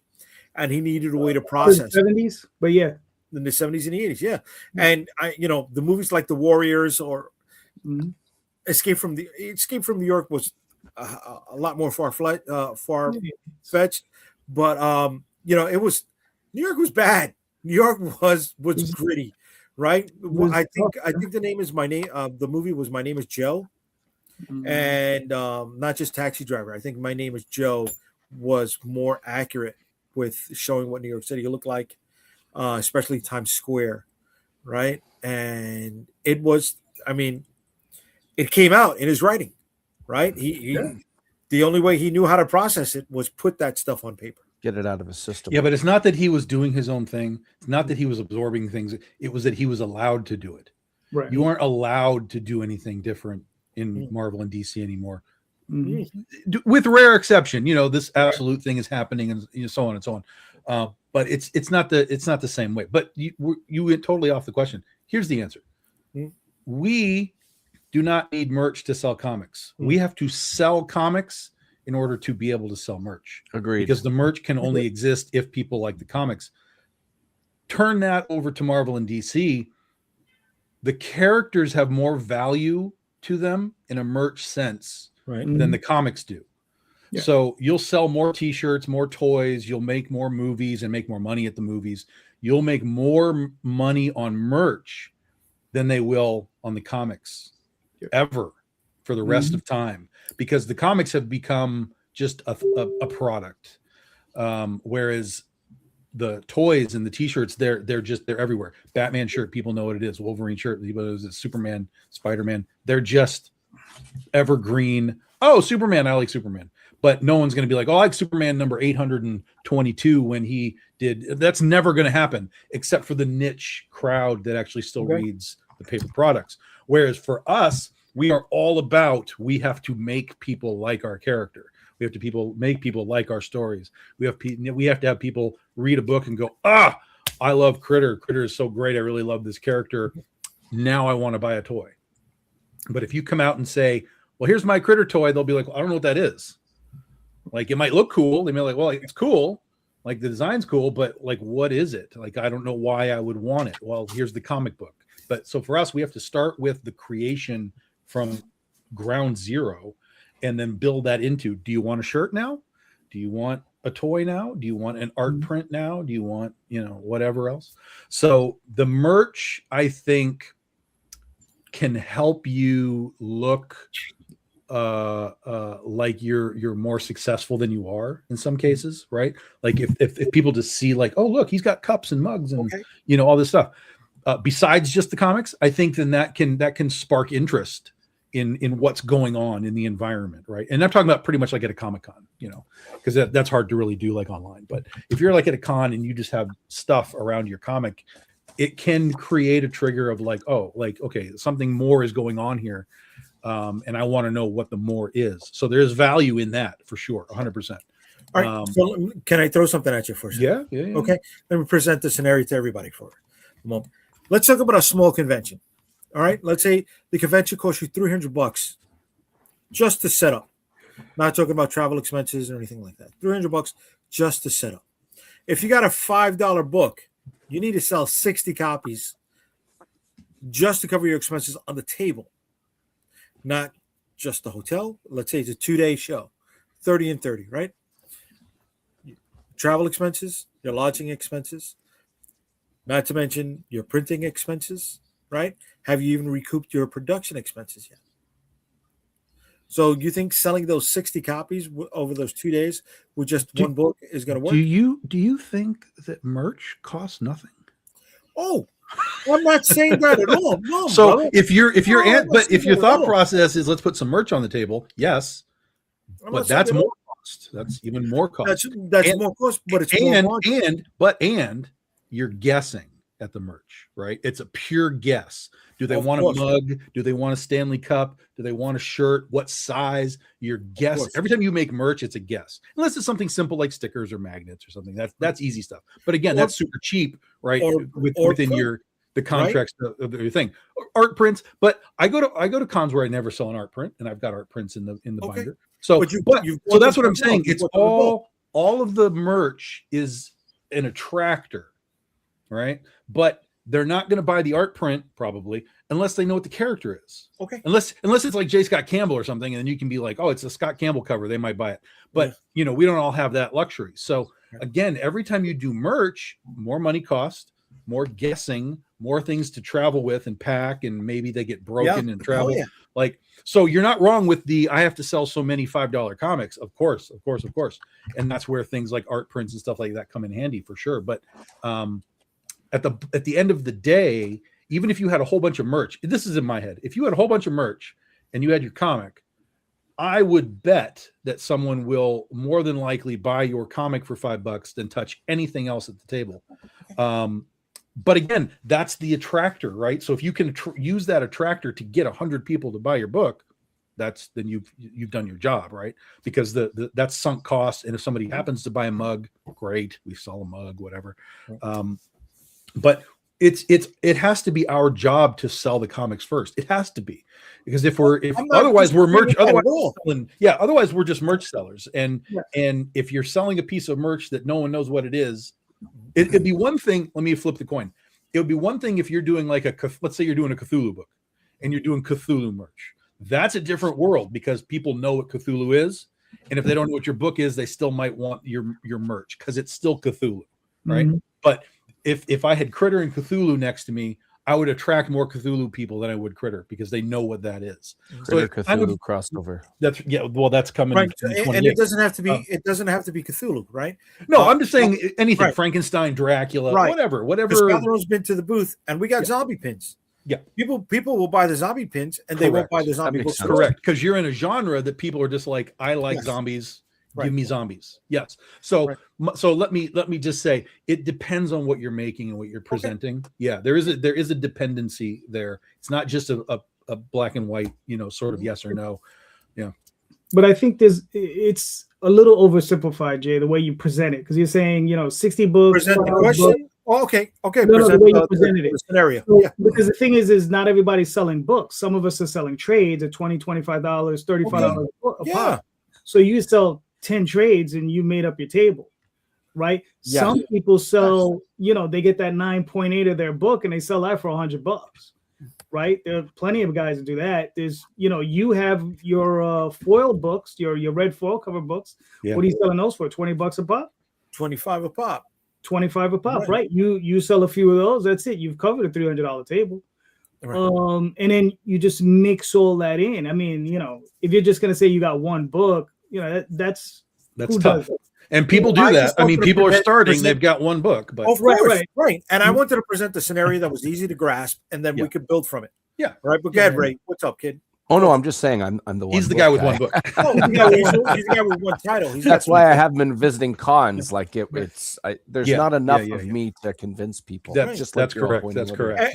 And Ray, look, I brought this up. I'm not trying to target anybody. I'm not trying to. No, all good, man. I'm just saying, like, I'm going to need like teddy bears, because people can identify with teddy bears and a bunch of other stuff. And I happen to have my one book as well. Right. Some people do that. Some people put the cart before the horse, and I'm not going to say that they don't. And their books get lost in it, right? Some people don't do the other, right? Some people are just the book, and like, nobody's coming over here.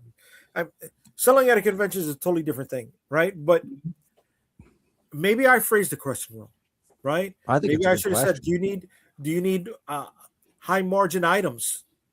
Yes. To help you keep the lights on. You want high margin items as best as possible. Like Calderon said, trade paperbacks, if you've got your foil variants, like we do variant covers, whatever.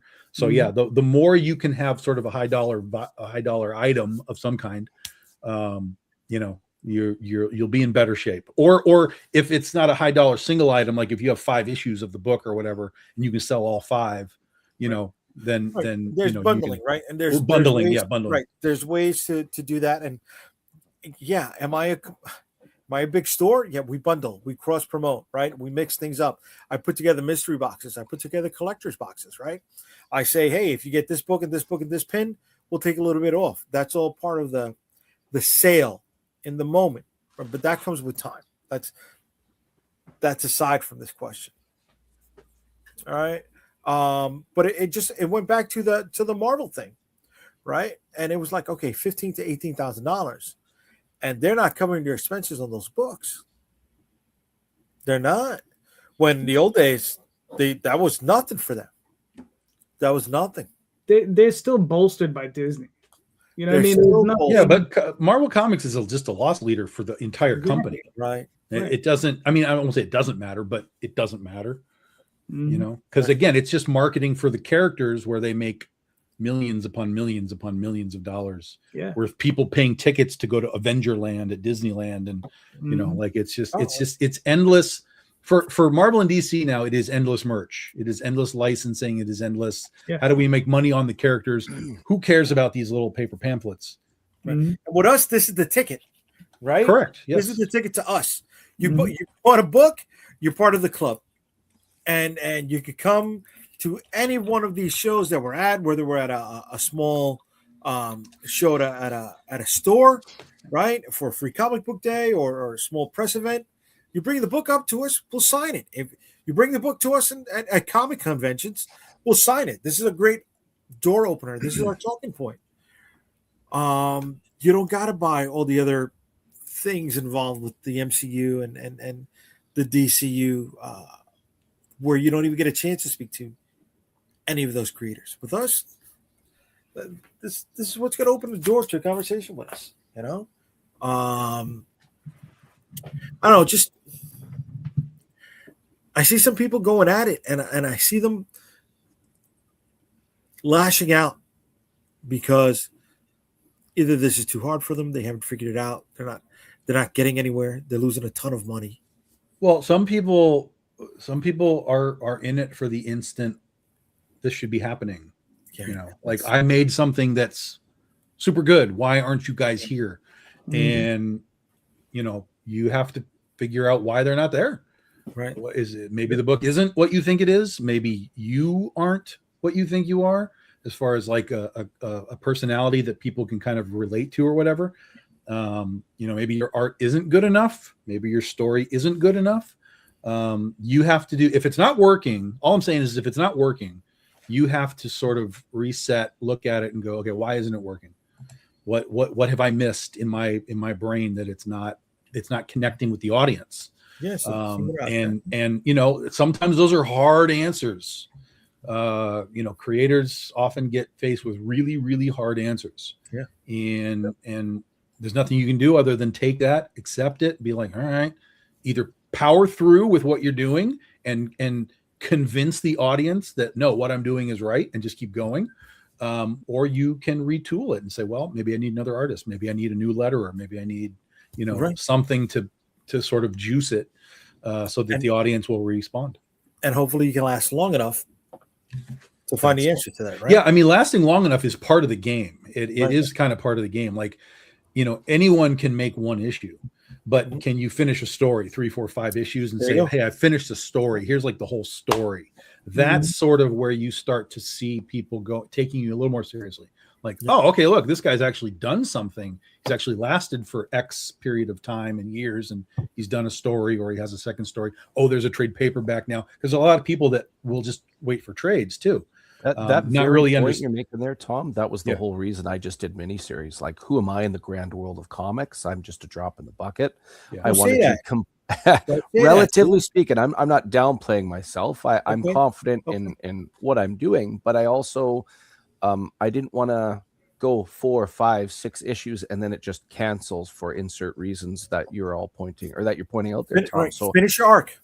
Finish the arc. So I have a mini series just for that reason. There you go. Unfortunately, though, I've got to get going here, guys. I do want to point out that on my pre-launch, I'm at exactly 124 followers. If someone could be so kind as when Jay shows that eventually, I need a 125th just to get my CDO aligned there. CDO is OCD alphabetized, but that's another. Yeah, 9:30 p.m. United States. That's like midnight for Canada. Yeah, metric system. You got it. That's exactly before you bounce, just put that in a private chat for me. Sure. Thanks, man. But I got to go. Guys, thank you very much for having me. You take a beating here and you do it with a smile.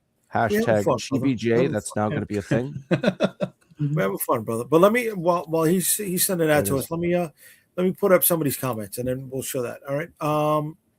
I lost what Daphne said over here because this was important. I think most indie merch is created because the creators want it personally, not whether they have an audience actually interested in them. That's an easy trap to fall into. I've been like terrified of that doing this. Yeah. People leave with their eyes. I still do. We all know about my special project. I would love to make merch, but we've been burned enough times to know it's not financially feasible. That hurts. I know. I get that. I get All right. that. Ray, we'll see you, brother. Thank you. Talk to you guys later. Brother. All right. For now. Screaming Space Skull Studios. Yes, all of your fans are fans of your books and because of the books, but there are more fans of DC and Marvel that have never touched a comic book. That those who become fans because of the books. Okay. Yeah, there's plenty of people that like Wolverine because there was a movie. Yeah. I like merch. It shows my fandom. That's her. Jam. Yeah, that's the advantage of doing merch, especially like a T-shirt or whatever, for sure.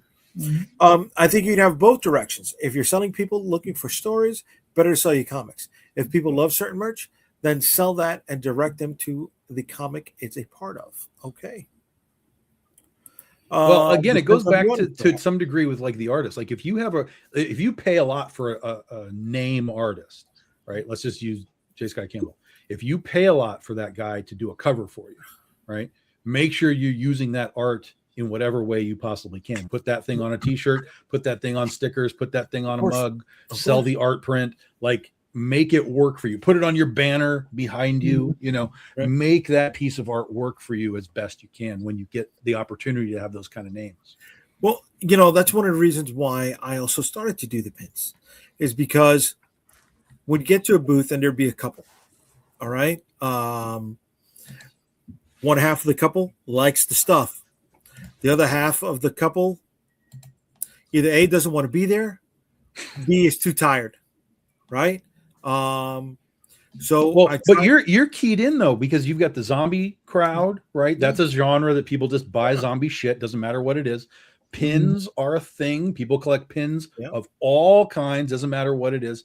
And you have New York, where people collect New York stuff just because it's New York stuff.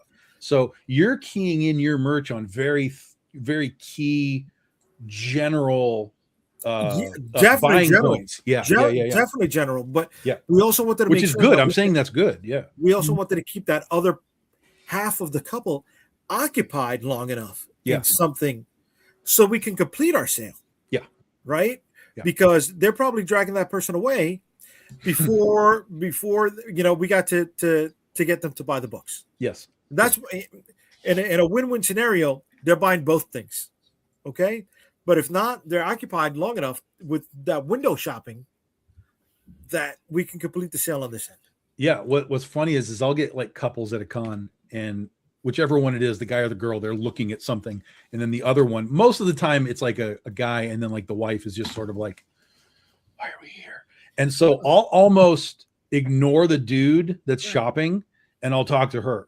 I'll be like, so what, what do you like? What can we get for you? And she's like, no, I don't do any of this stuff. I'm like, no, come on. You like something. Tell me what you watch on TV. Oh, I watch Buffy. Oh, well, then you should look at Princesses versus Zombies. I think you'll like that thing. And I try and engage them into something, even though it's probably not going to work. But then what's funny is then you'll see the guy who's shopping, you'll just see him smiling because he knows he's like, he's not going to sell her anything, but he's having a good time.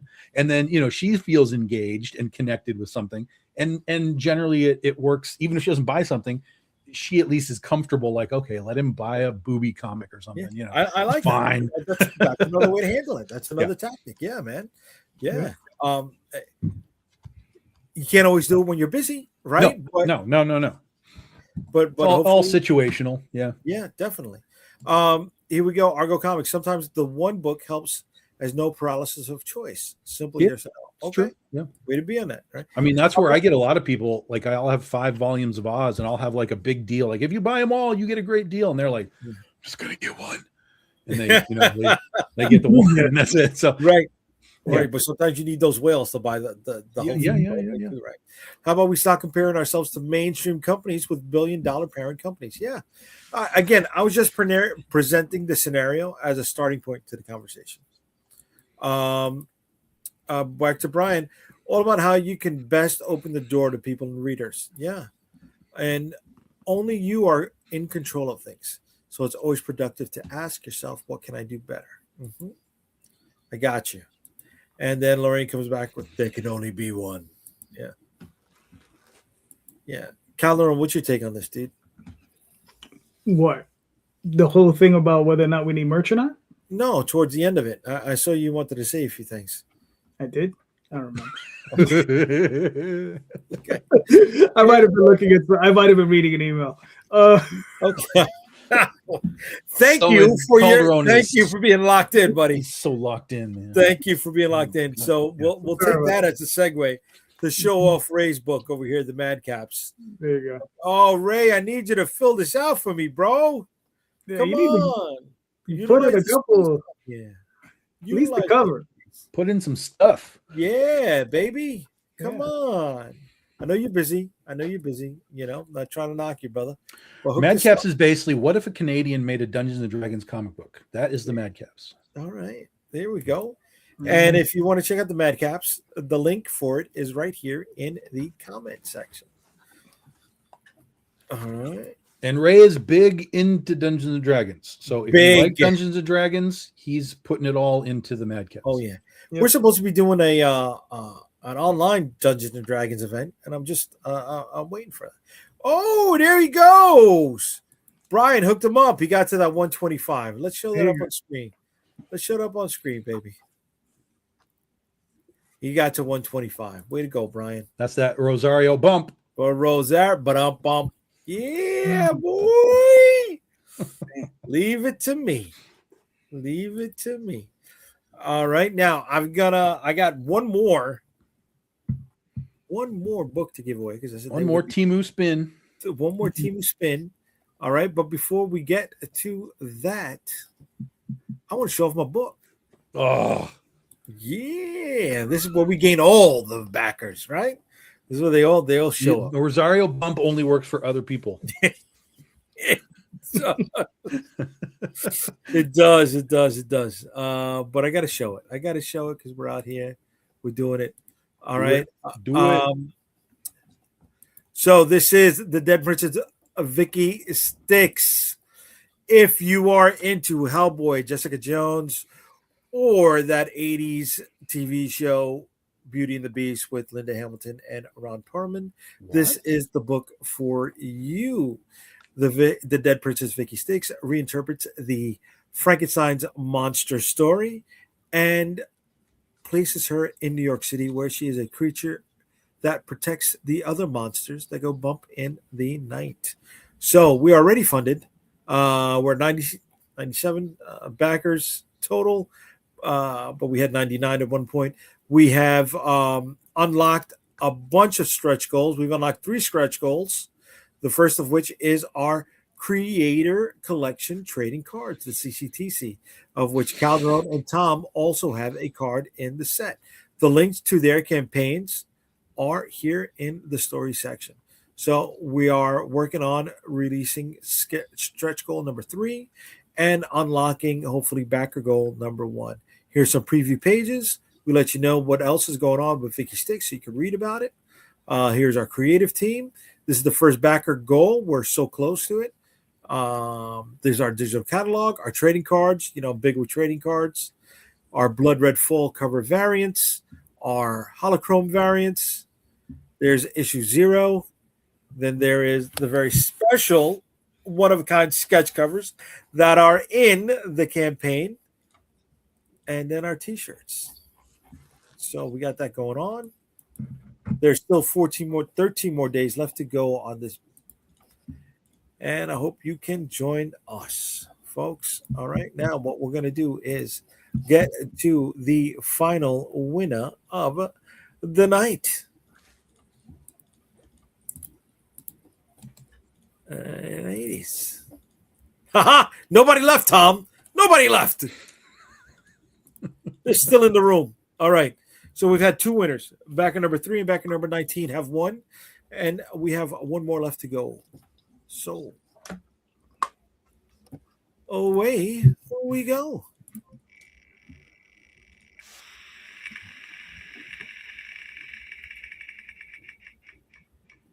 And the final winner of the evening is 7. Back at number 77. Here we go. We're going to find out who you are right now.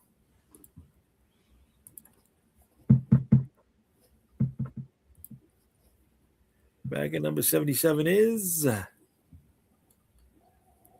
Where did all my backers go? You had to hit the next screen. There you go. Yes. Aha! There you go. Backer number 77 is a digital backer. Yeah. All right. What a shocker. Don't give me that what a shocker shit. Don't do that to me, because we had 2 physical winners. One of them was Marvin. Come on. Okay, so he still spent his hard-earned money. He's not allowed to win something. That's us. You're a backer. Had you won, what are you going to give back the book? Are you going to say do it again, or are you going to say no, Jay? I want the book. What are you going to do? I you to spit it again. That's all. Oh, okay, so I'd spin it again. And if Marvin would hear and he said spin it again, I'd spin it again. But he wasn't. So you know what? He's going to get the physical book. All right. Anthony Arroyo's going to get the physical book. So aggressive. So aggressive. And Mali Jah, I hope I'm saying it right, is going to get the digital book. Okay. I'm just saying it's sus. That's all. So aggressive. There's no sus about it. There's no sus about it. It's going to be added to their rewards. Nobody's spending extra money to get this stuff. All right. They got lucky. This was random. I'm not over here doing anything different. I'm just hitting a button. I'm putting in the numbers, and then something new pops up. That's all it is. That's all it is. Sus. Sus this. There you go. Ain't looking at sus there, motherfucker. Fuck that sus this shit. Argo comes back with, if you want more info, DM Ray. He's a good dude. He's a good dude. I hope he hits the numbers he's looking for when he launches. There we go, Brian. There we go, baby. I don't know what the hell that is. That's a double high five with some anal beads. That's clapping. What are you talking about? It's clapping. Oh, that's clapping. Here we go. Rigged. I got here a minute ago. EMD nerd. It's not rigged. It's not rigged. It's not rigged. See, I have no affiliation to that website that spins the picker wheel. I just keep using it out of consistency. But yeah, guys, we had a nice night. We had a lot of engagement. We had the bump that I get from Calderon from the bots that hang out here. Went all the way up to 32 viewers at one point. I don't know if that was them chiming in the beginning, if they were legit, or if they weren't legit. I don't know. But somewhere here. Here it goes. And I thought it was hail. Oh. It's literally 2 hands clapping with the dots. It's a comic book emoji. I mean, come on, guys. It's clapping. I didn't know that was hail. I see 3 dots. I see 3 red dots. It's motion. It's not even red. It's blue. It's not blue. It's red. What are you talking about, bro? It's blue dots. It's red dots. You're out of your mind right now. Calderon, what do you see? Blue or red? Oh, those are blue. Those He's are talking blue. about the little things, the little ones things in between the fingers. Yeah, those are blue, bro. Those are blue. Those are not fucking blue. Red is that YouTube logo thing. That's red. That's red, bro. On my screen, it shows like reddish, almost orange. Okay, so there's one of 2 things. One, you either need to get a new monitor, or 2, you should get your eyes checked to see if you're colorblind. No, correct. I'm not colorblind. All right. Glasses don't fit color. They just fix what you can see. They do have glasses that can fix it, but those are not them. Yeah. So you need to calibrate your monitor or something. It might be your I don't know, because I see the red YouTube logo. I see his thing is like a little pinkish red around the B. What color is it with you? You mean like that's correct. Yes. It's a pinkish B and a red. On my screen, it's red dots. 100% blue. They're blue. 100%. Yeah. It's like matching the color from the blue outlines there and stuff. Now, on the border, maybe. That's blue. That's blue. I just hit print screen. I'm gonna send it to you in fucking Messenger. I'm telling you, that shit is fucking red. God damn it! It won't print the fucking screen. He's all got off-brand emojis. Yes. Mm-hmm. He's got those Temu emojis. Yeah. You guys. Okay, here we go. You guys. All right. I thought it was hail, right? My artist interpretation said hail, damn it. Also, it is blue. Okay, all right. Listen, on my screen is red. If you're happy and you know it, clap your hands. All right, so here, the dots in the middle are red or blue? Blue. They're blue. Blue. Blue. Yeah. Do you need binoculars? No, I don't need binoculars. I need you guys to You need you need a new monitor. You need a new monitor, is what you you need to go see an eye doctor. And I'm really concerned. I don't need to see a fucking eye doctor. Now I have to go look at your old comics, make sure that I'm gonna hold them up and say, "What color is this, Ray?" I mean, okay. Oh, Ray. Oh, look at that. Oh, who's saying the wrong thing now? No, you know what? I'm sending it to you. You know what it is? I was thinking about the better person. And I am. That's why I said Ray. Look at what I just sent both of you, and tell me if it's blue or if it's red. I need to be fucking validated live. Damn it! Oh, that's a different emoji. You do have off-brand emojis. You see? Yeah. That's legit Temu emojis. You have different emojis. I got YouTube. That's what's showing up on me. That's completely different from what's on my screen. And what I'm seeing. Yeah. It's not even close. Whatever trash you're using, you need to get off of it. Oh my god, bro! I got a Dell laptop. Are you on the Android? Yeah. No, I'm on a goddamn laptop, bro. Okay, so you know what? Here's the thing. I have never seen that emoji that you just sent me. Like that style of it, that design or whatever. I've never seen that on anything I've ever seen before. So you may have like Canadian emojis or something's going on that you are in a weird emoji land. Yeah. That's weird. Like, because I know they get different sometimes between like Apple and Android. Like there's little differences and stuff. But I've never seen it like as far as online like this changing. So that's really weird. All right. I'm going to show everybody what I've been seeing over here. Like so I'm not crazy. Yeah. So like the whole design is different because like the hand that I see, right? See how you have the black outline on it? Yeah. There's no black outline on the emoji that I'm seeing. Right. So that's what I'm getting. Yeah. That's what I'm getting when I pull it up, folks. Yeah. So that's fair. That's fair. But you are on off-brand emojis. Yeah. I don't know what. I got YouTube. Is there an off-brand YouTube? So that's what's coming up. Is it off-brand? Are you running that on Safari or something? I'm paying for a premium StreamYard service over here. Shit. That's like the first ever emoji. Like it's not even. No. I understand you guys are saying it's blue. For me, it's not a blue. Yeah, no, he definitely has. See, because like for ours, JayDee, ours has the 3 little triangles.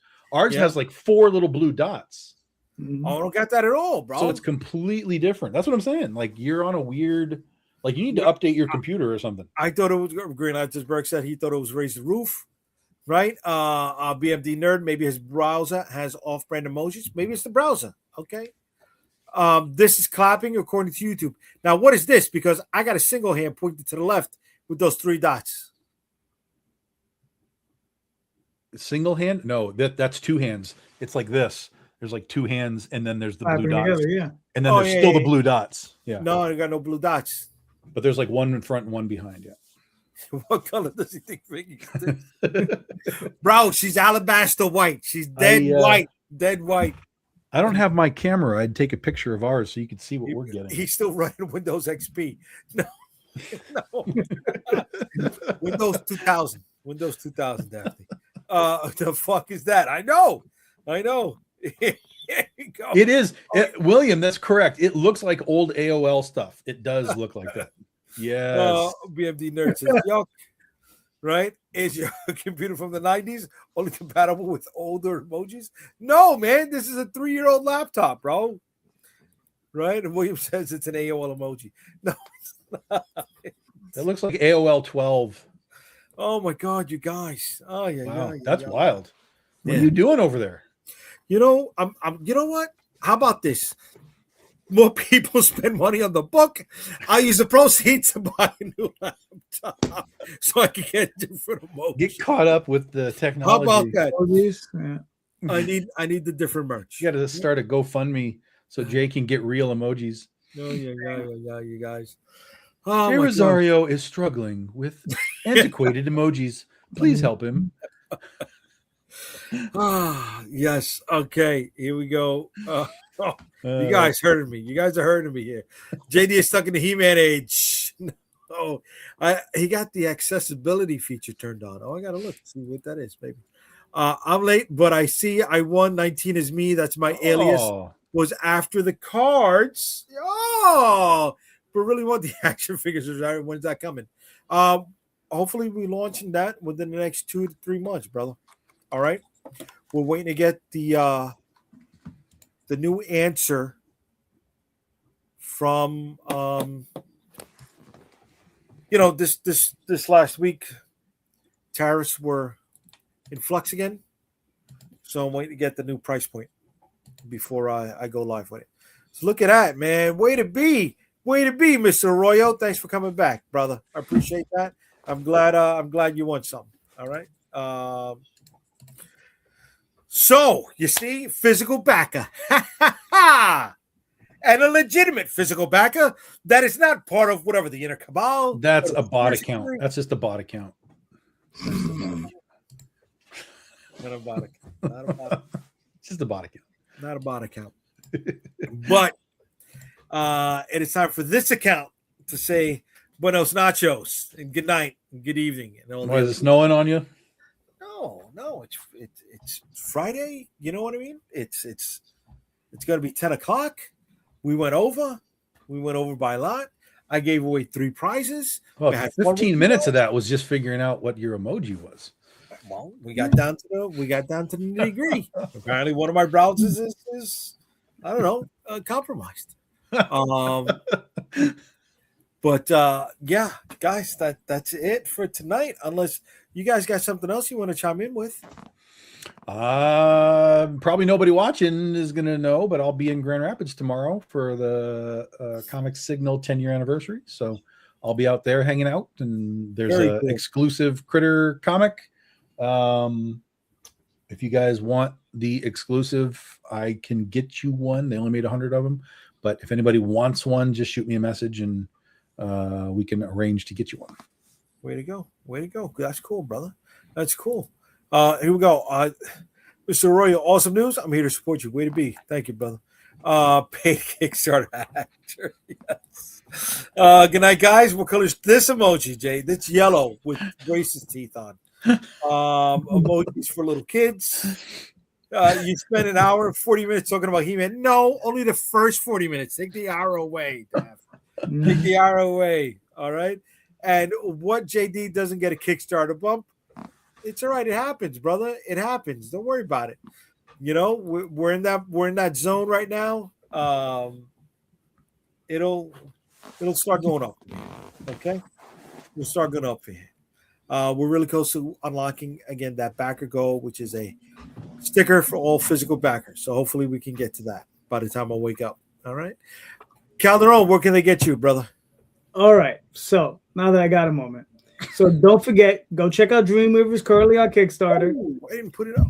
The Oswald Chronicles currently on Kickstarter. And we just put up the sign-up page for Rod Espinosa's Adventure Finders. So you can go check that out. Put that in the link. Give me that. Put that in front. Okay, we're about to go. No, I'm actually really tired.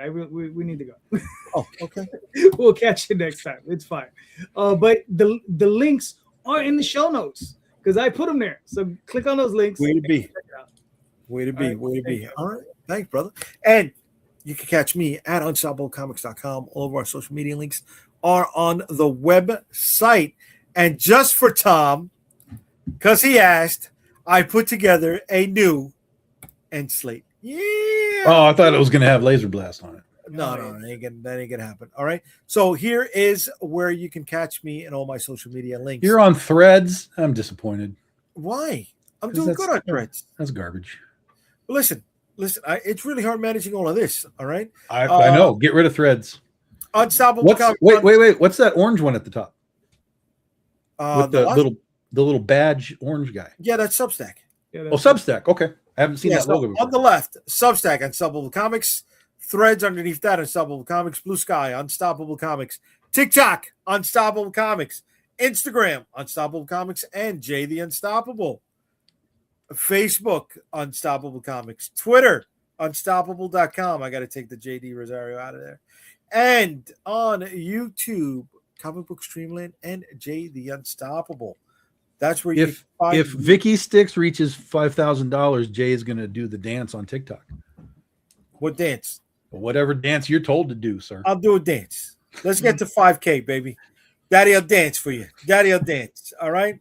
Thank you very much. The Galactus dance. Freely Brigo. Oh, it's done. I'm late. It's okay. You can always catch us on the restream. Thank you for coming through. I appreciate that. All right. Have a good night, everybody. I'll see you next Friday, 8 o'clock. Later. Have a good night, everyone.